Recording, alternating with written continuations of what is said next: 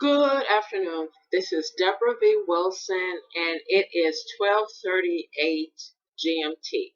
I'm in Bradford, and it is Thursday, the 29th of April, 2021. I can't believe how fast time is flying by. So I may get interrupted because I'm experiencing some hacking problems, and also I have the windows open. So Mother Nature may be interrupting. It's a cloudy day here in Bradford with a great deal of overcast, and I think it's starting to rain, but the fresh air is lovely. The title of this podcast is What to Look For in a Mentor. So I'm going to give you an example of a real life experience that I've had. I had decided many years ago, I'm 63, I always give my age so you have a timeline. In my 40s, I started this activism in the United Kingdom, uh, looking at how this country, the United Kingdom, keeps people safe. I looked at it through the through the prism of civil society and how some civil society actors understood. My background in Chicago, which is where I'm from, is the business world. I've done accounting, I've done budget and forecasting, I've done tax. I've also done human resources. So that's my business background. So when I decided to look at how civil society and others understood how the national security model was working, that was SO15 and MI5. SO15, Counterterrorism Police, and MI5, the Security Service. I did my analysis from the perspective of an accountant. So I wrote my reports in an audit-like fashion. So my mentors, oh, what the heck, I'll say it. The multitude of officers I met from SO15. They were not intentional mentors. I didn't pick them, and I don't think they picked me. I think they were simply doing their job because I was traveling into the country and asking questions about MI5. I was asked what was I doing, and how did they know I was asking questions about MI5? I was going from meeting to meeting, asking questions about MI5. Yeah, so heads up, don't do that if you don't want to be questioned. So every time I came into the country, so there was this agreement. The agreement is in quotes. Uh, they didn't stop me from, my voice just broke. They didn't stop me. I was always concerned they would stop me. That's a Freudian. I was triggered. They did not stop me from doing my research. And I always worried about the authenticity of my research once I knew they were going to be looking at it. So the first couple of times I toned things down. I traveled to the UK, London, 3 to 4 times a year. The SO15 officer picked up right away that I was softening things, and he asked me a particular question about something I'd written, if that's what I thought, if that's what I actually thought. Well, the answer was no, and I told him no, and I was actually critical of something. And he said, well, then say it. We want to hear it. So there was, uh, I always met with different officers. They had different personalities, but the agenda was always the same. You're back here again, metaphorically, they never said this. You're back here again asking more questions about us and MI5.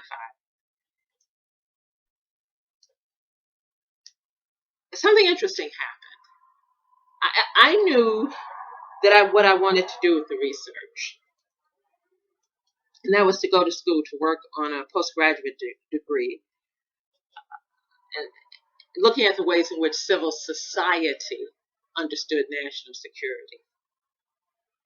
and that engagement between civil society, authentic, engaged in quotes with the national security model, the practitioners engaged. So your engagement with the practitioners is how you understand the model, how you experience the model, right? You don't actually need to meet them. And so there I was standing in front of a practitioner saying what I was critical of, saying what I thought that I didn't understand why this was happening, why they were doing it this way and that way. Those conversations with SO15 definitely were not easy. I didn't feel comfortable because I was in the position of being a foreigner, and I always, in the back of my mind, although only 2 times that I softened what I wanted to say, it was always respectful, but it was nuanced and articulate and sometimes critical. And then I began to realize something. The particular SO15 officers that I engaged with didn't want me to repeat to them what I believe they wanted to hear. They wanted to hear my opinion. So having to stand in front of, because I had to, because they were at immigrations, right? So I had to. So having to stand in front of a practitioner and trying the best you can with the little bit of information you have as a civilian, taking apart their model in with the purpose being of analysis, is a scary thing. It really is. And you're also standing in front of someone who's actually living this occupation. It's not theoretical. It's not best case scenario. It is what they're living. It's their career. So over the many months of dealing with SO15, I found I became more confident in my work. I became more articulate. Believe it or not, there was a time I was really actually quite shy about asking questions around national security. I became stronger. I learned how to reach out to politicians. I'm going to tell you one more time, and I'm going to repeat it again at the end of the video. You're going to end up on a list. Now, where and what list, I can't tell you, but take my word, you're going to end up on a list. So be advised. So I learned how to reach out to people. I knew how to schedule interviews and with people because of my career in Chicago, but certainly not around safety and how do you feel? How do you feel? What are your experiences in this country? How do you understand? I learned how to, there were disagreements a couple of times at the immigration desk and with the SO15 officer. I learned that I can disagree with people, but around ways in which to keep the country safe. But at least my experience was there was a space for discussion. And that was like a huge thing to learn. It was just like gigantic that there was actually a place to be heard and to opine. And I also learned things. They didn't share anything. I don't have that to give away. I wouldn't if I did, but I don't have it. So they never shared anything. But what I learned was some of the practitioners, dare I say all of them, but definitely because of utterances here and there, I got the sense of how much they cared about the country. So I'm not saying there were practitioners that I met that did not care, but some of them definitely wore their heart on their sleeve. There were awkward conversations. There were, for me, in the back of my head, mind your own blankety blank business. Don't you have something else to do? Why don't you go question real criminals and leave me alone? There was that going through my head. But in the process, what I ended up being was a strong national security policy person. So I didn't pick these gentlemen. I call them the old white men of Heathrow, so that might give you an indication of what I was thinking and how I felt as this was going on. But there came the time when I got to a point that I realized how much I had grown and changed, and how much space and I was now taking up this person by myself, and I was reaching out to people far and wide. Would you meet with me? I want to discuss this and I want to discuss that. And uh, I grew in ways I couldn't imagine. So I'm looking forward to going to school because I will get to a supervisor, another mentor. I hope to have more than one. And so,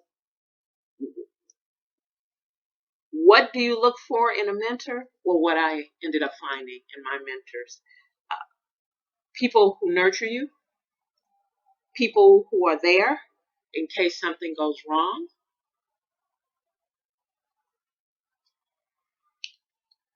people who every once in a while, whether you need it or not, sorry, SO15, when you know you're getting stronger and stronger and better, that's a heck of a group of people that are not angry with you because you've gotten better at asking them questions, that you've gotten better at challenging in a respectful manner, but nevertheless, you've gotten better at asking, but why? So, you know you have the right mentor if you grow. Whether that mentor is intentional or accidental, like the old white men of Heathrow,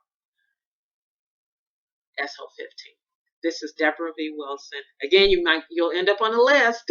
So if you're thinking of doing this, you'll end up on the list. Thank you very much for listening.